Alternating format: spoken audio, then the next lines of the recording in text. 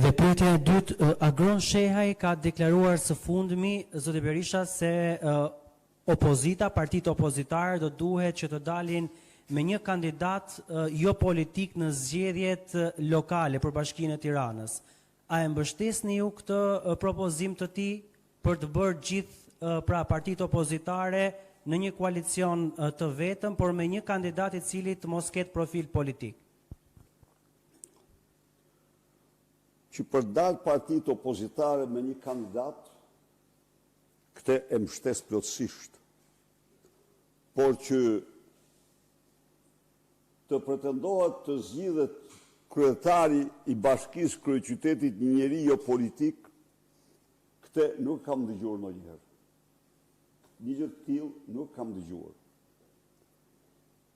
Sepse ai të paktën do të ketë një program në të cilin shmonton të gjithë batërdin